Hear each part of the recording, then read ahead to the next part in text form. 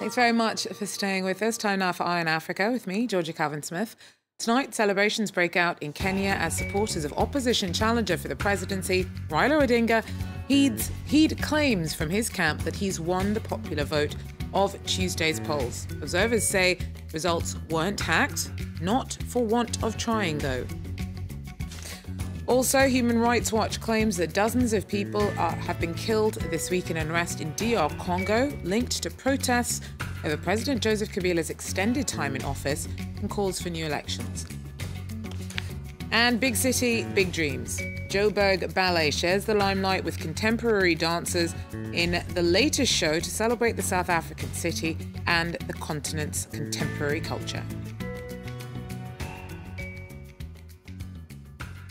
But first, scattered clashes broke out in parts of Kenya on Thursday as the country waited for the outcome of Tuesday's presidential polls. Ahead of the release of official results, backers of Raila Odinga, who's up against incumbent Uhuru Kenyatta, claimed that he'd won more votes and that the real results had been hacked. Although Odinga's supporters took that as a sign to celebrate, provisional figures suggest that Kenyatta is out front.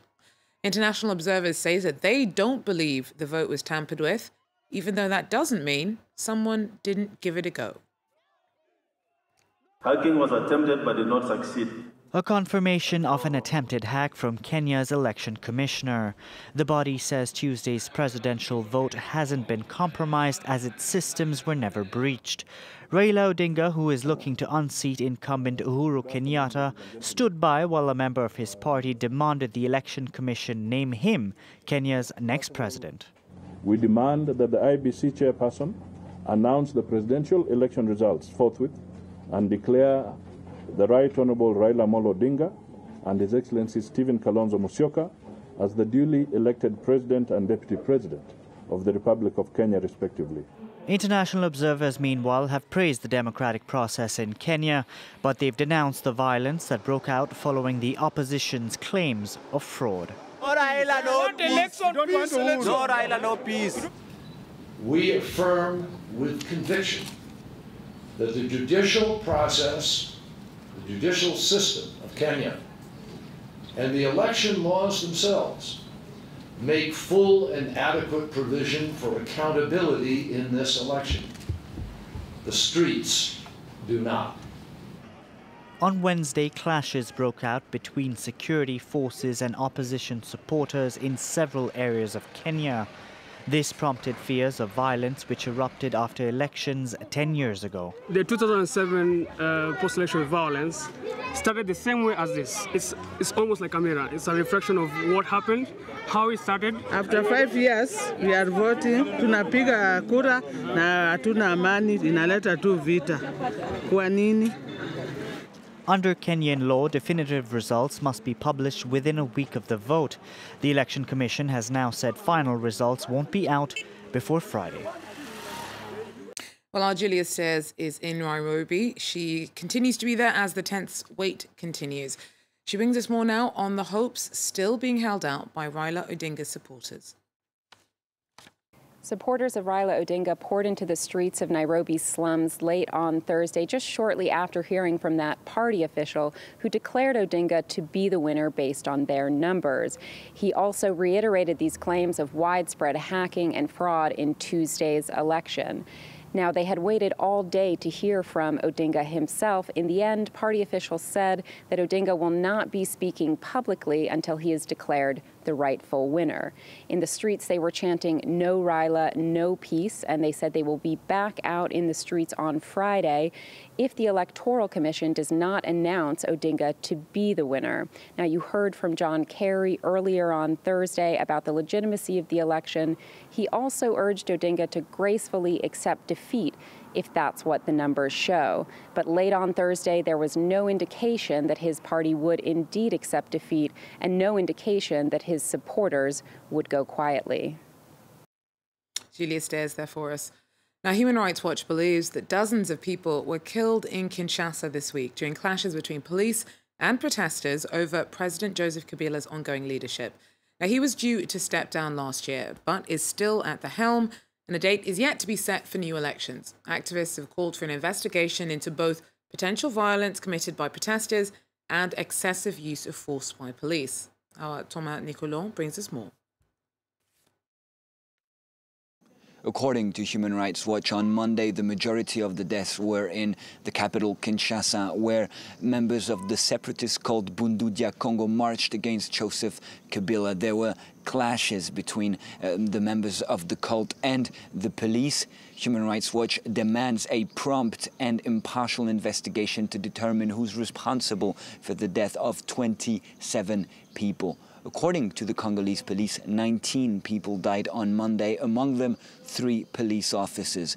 The government spokesman Lambert Mende said he's surprised Human Rights Watch released those numbers instead of collaborating with the Congolese police to identify the victims.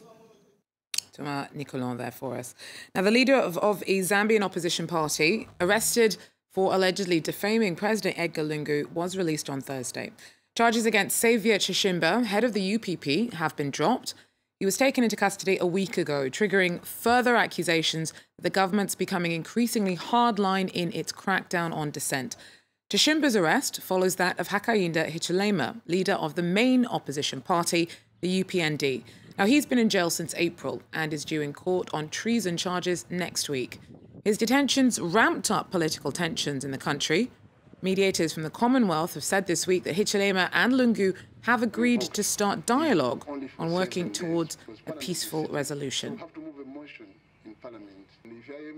To Nigeria now, where an NGO there has partnered with the US to help people report corruption. Graft's long been a big issue in Nigeria, despite promises from the top to crack down on the problem. Nicolas Chemin tells us more. Recently, when the Nigerian Financial Crimes Agency raided an empty apartment in Lagos, it found millions of dollars in these drawers. The discovery was a result of a whistleblowing initiative launched last year, which entitles those who help find stolen assets to up to 5% of the recovered sums. And since July, Nigerians can also anonymously blow the whistle on corruption using a website called Report Yourself. It was developed by a local NGO in partnership with the US consulate and the movement Religious Leaders Against Corruption. We focused on micro-corruption in some sort of way to look like driver's license, issuance of international passport, issuance of marriage certificate. Those are the places that we think citizens interact more with the government. Sean Akinfolarin was asked to pay a bribe by police after he reported a robbery. He then sent a message to the Report Yourself platform, something he says he would not have bothered to do in the past. I was shocked when they said that I had to pay 20,000 naira for filing the report. I felt very angry. So I was happy that I was able to make the report on Report Yourself. They told me that the police authorities has actually told them that it was illegal to have collected money, so they are doing their investigation. President Muhammadu Buhari, who was elected 2 years ago, said fighting corruption was one of his main priorities. A PricewaterhouseCoopers study last year estimated that corruption could cost Nigeria 37% of its GDP by 2030 if more is not done to tackle it. And finally, contemporary dance groups in Johannesburg are stepping out with the city's ballet troupe.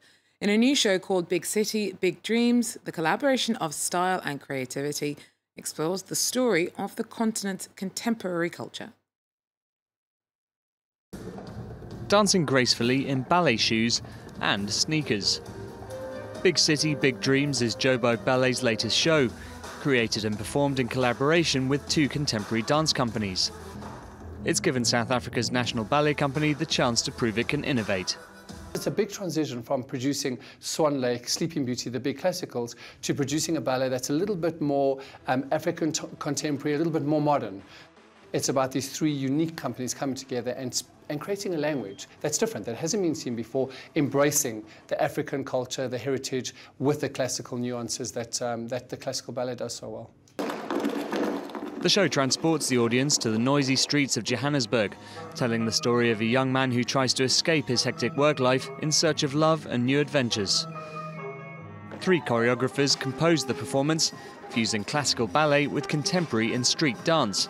Its mix of styles posing a challenge for the dancers. I have to be in such a deep plie, and because of my long legs and the strength that It needs to be so down the whole time. That was, for me, it was the hardest. Despite the difficulties, the dancers from different professional backgrounds have enjoyed the experience. For them, this urban love story gives classical ballet a new lease of life. It's like, instead of being rigid and being straight up, we have like a flow in the movement, so we're bringing life to something that's very straight. So this bar is so straight, but we're bringing a curve to it. By showing city life on stage, Johannesburg Ballet hopes to attract younger and more diverse fans, updating classical ballet for an urban African audience. Well, that's it for Iron Africa for now. Thanks very much for joining us. Do so again. Take care.